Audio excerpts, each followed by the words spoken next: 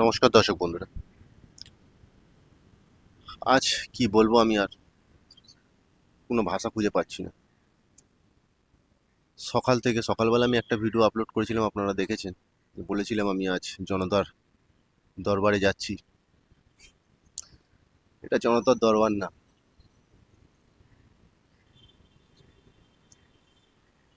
বন্ধুরা।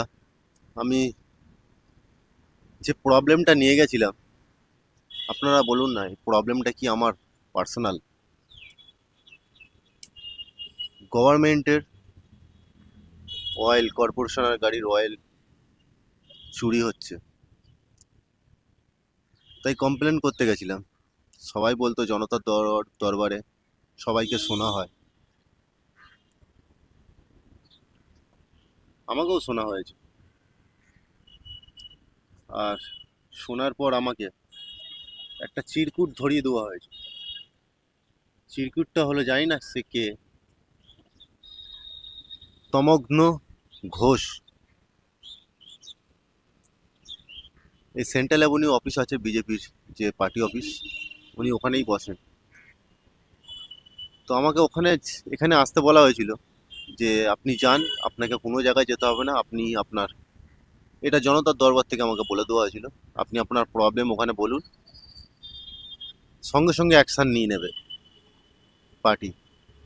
যেহেতু শুভেন্দু অধিকারী মহাশয় কারাপশন সহ্য করতে পারেন না, তাই বললে কেসটা। আর আমাকে বলা হয়েছিল তুমি তো তোমার নিজের জন্য আসুনি, তুমি সরকারের প্রবলেম সলভ করতে এসছো, তুমি একটা মহান কাজ করছো, সরকারকে সাহায্য করছো, যাও তোমার কাজ নিশ্চয় হয়ে যাবে। মজাদার ব্যাপারটা কি জানেন বন্ধুরা? আমি এখানে আসলাম, সে নাম্বারে ডায়াল করলাম, ফার্স্ট ডায়াল করলাম আমি যখন, ওনাকে ফোন করলাম, উনি বললেন কিছুক্ষণ বাদে করো, আমি মিটিংয়ে আছি। কিছুক্ষণ বাদে বলতে উনি কতক্ষণ বাদে ফোন করতে বলেছে এটা বলেনি, টাইম বলেনি আমার। যাই হোক, আধা ঘন্টা বাদে ফের আমি ফোন করি যে স্যার, আমি আজ 3 দিন ধরে পাগলের মতো ঘুরে বেড়াচ্ছি, আমার কিছু অভিযোগ আছে, আমার অভিযোগটা যেন শোনা হয়। আমাকে বলল যে আপনাকে বললাম আমি তমগ্ন ঘোষ, যে আমি মিটিংয়ে আছি, ব্যস্ত আছি, আপনি ফোনের পর ফোন করে যাচ্ছেন। আমি ওনাকে বললাম স্যার, এই জিহাদি মুসলিমরা মেরে আমার কোমর ভেঙে দিয়েছে, আমি খুব জোর, হয়তো 1 কিলোমিটার হাঁটতে গেলে আমাকে দুবার দাঁড়াতে হয় কিংবা বসতে হয়, ঘন্টার পর ঘন্টা জনতার দুয়ারে দাঁড়িয়ে, এখানে এসে দাঁড়িয়ে। আপনাদের আমি বলেও ছিলাম যে আমার নিজের খাওয়ার পয়সা নেই। সকালবেলা আমার একটা বন্ধু 100 টাকা হেল্প করেছিল, সেই টাকাটা দিয়েই খেয়েছি কম, গাড়ি ভাড়া বেশি দিতে হয়েছে। খুব আশা নিয়ে এসেছিলাম যে তোমাকে স্যার আমার প্রবলেমটা সলভ করে দেবে, আমাকে কি বলবো, আমাকে সাহায্য করবে। কিন্তু সাহায্য করা যখন ওনাকে আমি বললাম, স্যার আমি, ওরা আমার এমন মার মেরেছে, আমি কোমরে চোট নিয়ে আমি 3 দিন ধরে ঘুরে বেড়াচ্ছি। জানেন আমাকে জবাব কি দিয়েছে? আপনি হাসপাতালে দেখাচ্ছেন না কেন? এই জিহাদিরা আমাকে মেরেছে, আমি কমপ্লেন করব না, আমি হাসপাতালে ভর্তি হব। আমার হুলিয়াটা দেখতে পাচ্ছেন, চোরেদের মতো লাগছে আমি। বহুত বড় ভুল হয়ে গেছে বন্ধুরা। যখন আমি এই ইউটিউব চ্যানেলটা বানাই, আমার বন্ধু বলেছিল, যে আমাকে বানিয়ে দিয়েছিল, যে এইসব তুমি যে বড় ঝামেলায় যাচ্ছ, তুমি যে যতটা আসান ভাবছো ততটা না। আজ আমি পয় পয় বুঝতে পারছি। যখন তমান্য ঘোষের কাছে গেলাম, উনি আমাকে সাজেশন দিচ্ছে যে আপনি থানায় গিয়ে কমপ্লেন করুন, আশ্চর্যের ব্যাপার, আমাকে থানায় কমপ্লেন করতে বলছি, সেই থানায় যে থানার পুলিশ অফিসাররা সকাল বিকেল গিয়ে এই তেলালার কাছ থেকে পয়সা নিয়ে আসে, আমাকে সেখানে গিয়ে।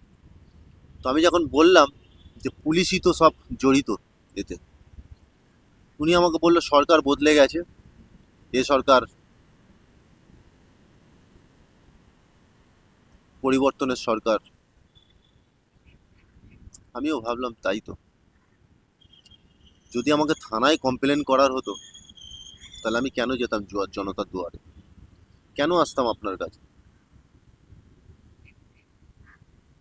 থানায় তো আমি যাব, আর নারকেলডাঙ্গা থানার প্রত্যেকটা পুলিশ অফিসার কম বেশি চেনে আমাকে, সকাল সন্ধে আমায় দেখতে পায়।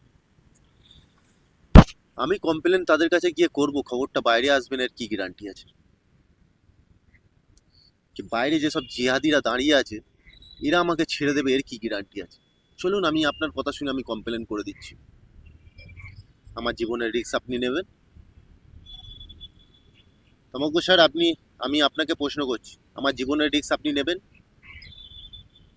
আমি জানি, আমি আপনাকে ফোন করেছি, আপনি আমাকে বললেন যে কারাপশনটা হচ্ছে, আমিও আপনাকে বলেছিলাম যে এর ভিডিও আমি আজ রেকর্ড করেছি। সব ভিডিও নেই আমার কাছে, 40 থেকে 50টা কর্পোরেশনের গাড়ির ভিডিও ছিল। আমার ফোন কেড়ে নিয়ে আমার ফোন থেকে সব ভিডিও ডিলিট করে দেওয়া আছে, যাতে আমি কোনো প্রমাণ না রাখতে পারি। তবুও ছোট একটা ভিডিও যেটা আপনারা দেখেছেন, এই ভিডিওটা আমি আমার ভাইয়ের মোবাইলে পাঠিয়ে দিয়েছিলাম যে যদি ভবিষ্যতে কোনো সময় কাজে লাগে তো ভিডিওটা দিস। তো সেই ভিডিওটাই আমার কাজে এসেছে। কাজে বলতে কোনো কিছুই না। তাই আজ আমি ফের একবার এই পরিবর্তনের সরকারকে কিছু বলতে চাই, যারা যারা এসবের মধ্যে ইনভলভ আছে। প্রথমত রাজেশ, উত্তরপ্রদেশে বাড়ি, তার ভাই পবন,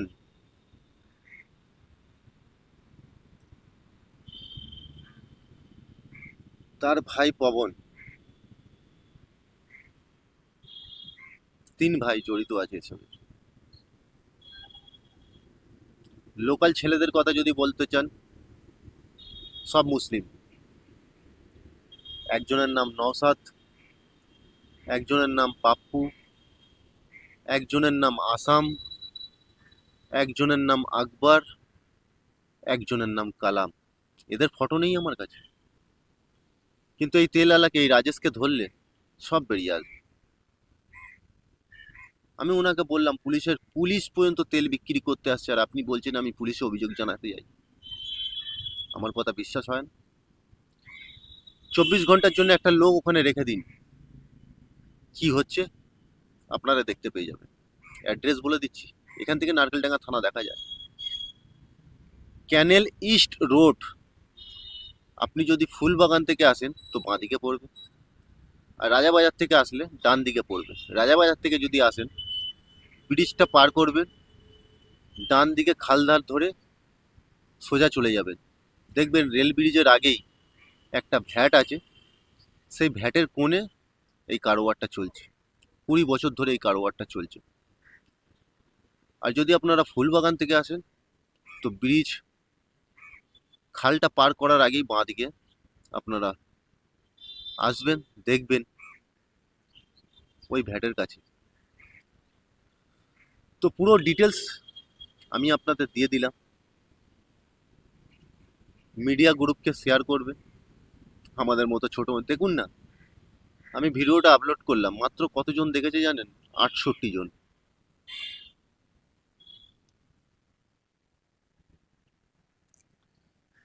68 জন টোটাল দেখেছে।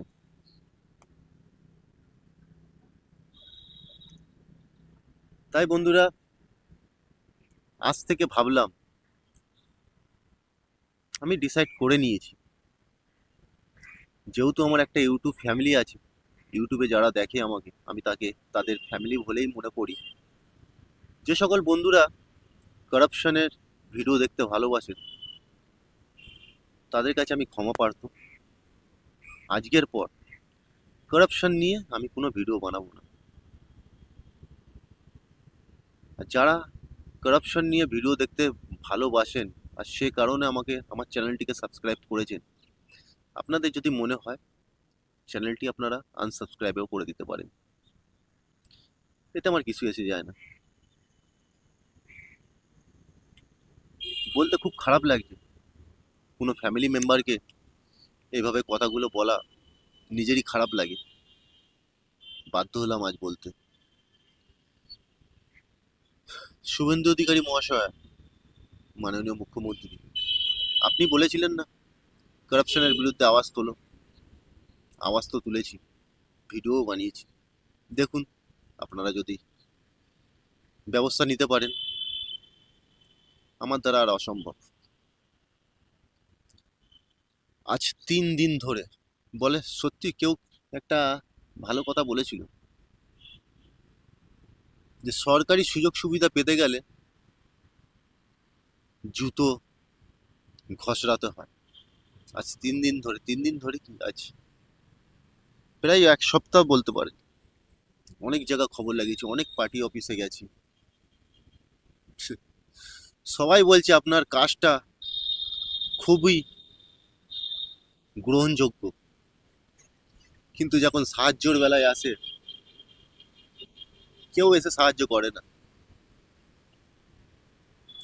তাই মাননীয় শুভেন্দু অধিকারী মহাশয়, আজকের অনেক বিজেপি হয়ে গেছে,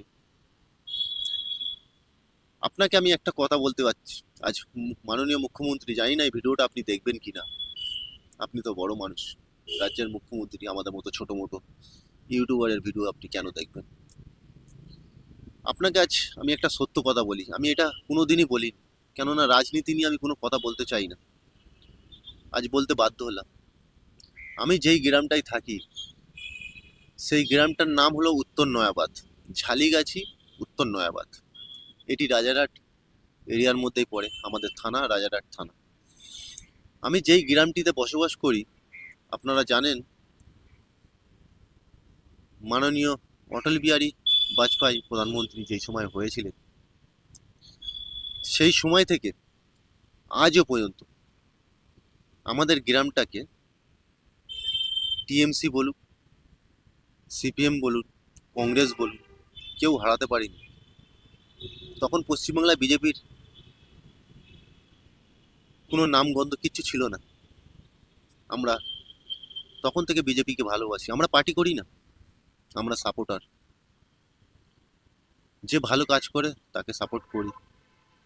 বিজেপি সরকার হিন্দুদের নিয়ে কথা বলে, তার জন্য সাপোর্ট করি। চারিদিকে নানান রকম যখন হিন্দুদের ওপর অত্যাচার হচ্ছে, সেটা সিপিএম এর সরকারে বলুন আর টিএমসি সরকারের বলুন, এইসব দেখেই বিজেপিকে আমার ভালো লেগেছে। ভেবেছিলাম হয়তো এই পার্টিটা কিছু করবে,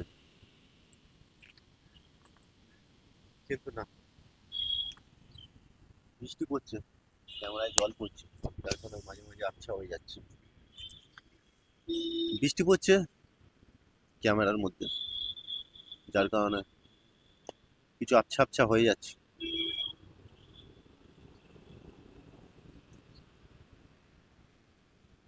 কি বলবো, আজ কিছু বলার ভাষা নেই বন্ধুরা।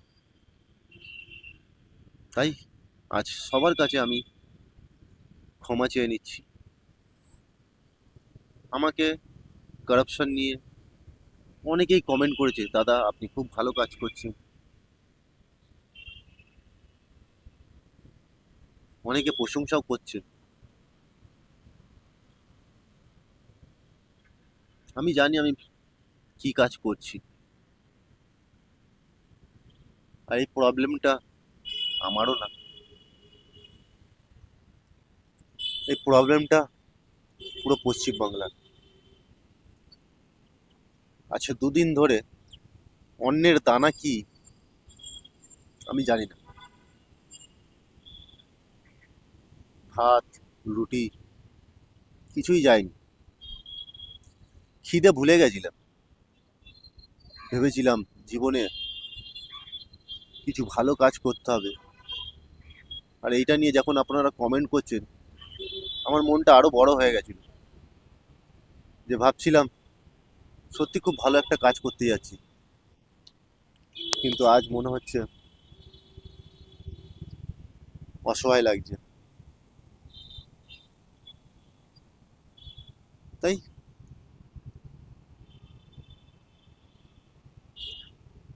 তমন্য ঘোষ মহাশয়, আপনাকে ভিডিওটা পাঠিয়ে দিলাম, দেখবেন ভিডিওটা। আপনি হোয়াটসঅ্যাপে পাঠাতে বললেন, আমি হোয়াটসঅ্যাপে পাঠিয়ে দিয়েছি। জানি না আপনার কাছে গেছে কিনা, অবশ্যই যাবে। সবাইকে পাঠাই, যখন সবার কাছে যায় আপনার কাছেও আসবে। আমি আপনার কাছে ক্ষমা চেয়ে নিচ্ছি। আপনি বলেছিলেন থানায় গিয়ে কমপ্লেন করতে, আমি করতে পারলাম না।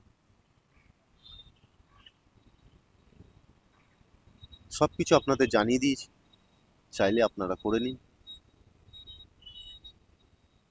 আমি আজও পর্যন্ত সরকারের কাছ সরকারি কোনো সুযোগ সুবিধা নেই, এমনকি রেশনও নেই না। আমার যে কার্ড, আমার ফ্যামিলি থেকে, আমার মা বাবার থেকে আমি কার্ডটা অনেক দিন আগে আমি ঘর ছেড়েছি,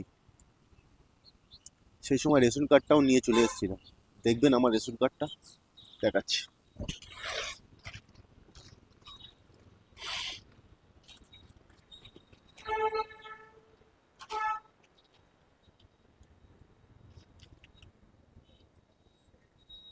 এই দেখুন রেশন কার্ড, কবেকার রেশন কার্ড জানেন? যখন আমি ছোট, তখন থেকে এই কার্ডটাকে রেখে দিয়েছি আমার কাছে। এখন কার্ড চেঞ্জ হয়ে গেছে,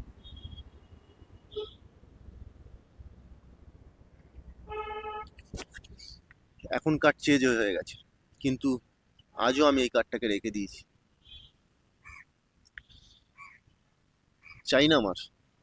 হ্যাঁ আমি ভিখারি, আমি জানি আমি ভিখারি, ভিখারির থেকেও অদম। ভ্যান চালিয়ে খাই, মুটিয়াগিরি করে খাই, আজ সেটাও করতে পারবো না আমি। যেহেতু আমার কোমরের এমন একটা অবস্থা হয়ে গেছে, একটা সময় 60 কিলো ওজন আমার কাছে কিছু ছিল না, 60 কিলো 70 কিলো ওজন আমার কাছে কিছু ছিল না, আজ 30 কিলো ওজন আমার কাছে 300 কিলো মনে হয়। ভিক্ষে আমি কারোর কাছে চাইতে পারি না, এবং চাইবও না। যতক্ষণ হাত পা আছে, চেষ্টা করব খেটে খাওয়ার। আর এই প্রতিবাদ যে ভূতটা আমার মধ্যে ঢুকে আছে, এটাকে আস্তে আস্তে বার করার চেষ্টা করব। অনেক হয়েছে, আর না।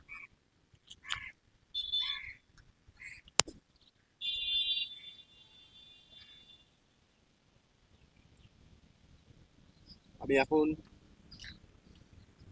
এখান থেকে বাড়ি যাব কিভাবে সেটাও জানি না। যা পয়সা ছিল গাড়ি ভাড়াতে সব শেষ হয়ে গেছে। আমি এখন বেলেঘাটা এরিয়ার মধ্যেই আছি, ভাবছি কিভাবে বাড়ি যেতে পারি। কলকাতা তো আমাকে ছাড়তেই হবে, কলকাতা যেরকম ছেড়েও দিয়েছি, আর আসবো না কোনোদিন কলকাতা। মরতে হয় গ্রামে মরবো, বাঁচতে হয় গ্রামে বাঁচবো। প্রতিবাদের ভূতটা মাথার থেকে নামাবো। ভিডিও বানাবার অনেক অপশান আছে, কালকের একটা অপশান দেখাবো আমি আপনাদের, যদি ভালো লাগে কমেন্ট করে নিশ্চয়ই জানাবেন। বৃষ্টি শুরু হয়ে গেছে, দেখতে পাচ্ছেন ক্যামেরাতেও বৃষ্টি পড়ছে, আর আমি বৃষ্টির মধ্যে বসে আছি, কেননা ভিডিও রেকর্ডিং করার একটা ভালো জায়গা পাচ্ছিলাম না। তাই এই একটা মাঠ পেয়েছি, দেখুন এই মাঠটার মধ্যে বসে ভিডিও রেকর্ড করছি। আর বেশি কিছু বলবো না, ভিডিওটি অনেকটা লম্বা হয়ে গেছে, জানি না আপনারা দেখবেন কিনা।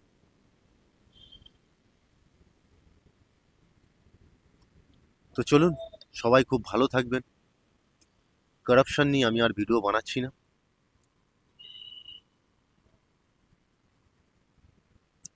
দেখা যাক আবার কি নিয়ে ভিডিও বানাতে পারি, কিছু ভালোই হবে। ধন্যবাদ। সবাই ভালো থাকবে।